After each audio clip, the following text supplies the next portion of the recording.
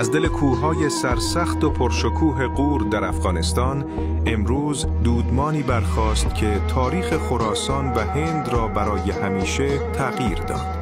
سلسله اوریان. اوریان در آغاز قومی کوهنشین و نیمه مستقل بودند، اما با هوش، شجاعت و اراده آهنین قدرت گرفتند و به یکی از بزرگترین فرمانروایان سده‌های میانه در شرق جهان اسلام تبدیل شدند.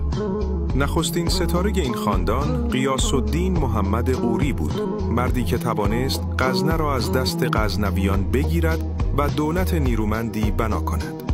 او نه تنها سیاستمداری کاردان، بلکه حامی بزرگ هنر و فرهنگ نیز بود. اما نام غوریان با برادرش شهاب الدین محمد غوری جاودانه شد. فرماندهی بیباک که رویای گسترش قلمرو را در سر داشت. او سپاهیان خود را به سوی سرزمین‌های پهناور هند رهبری کرد و با پیروزی‌های پی در پی پایه‌های فرمانروایی مسلمانان در شبه قاره هند را بنا نهاد. اوریان فقط جنگاور نبودند، آنان عاشق معماری و هنر نیز بودند. شاهکارشان مناره جام در دل کوهستان غور همچنان پس از قرنها بر فراز تاریخ ایستاده است. در هند آثار بزرگی همچون قطب منار دهلی یادگار عصر اوریان است، نشانه‌ای از شکوه و تأثیر عمیق آنها بر فرهنگ و تمدن.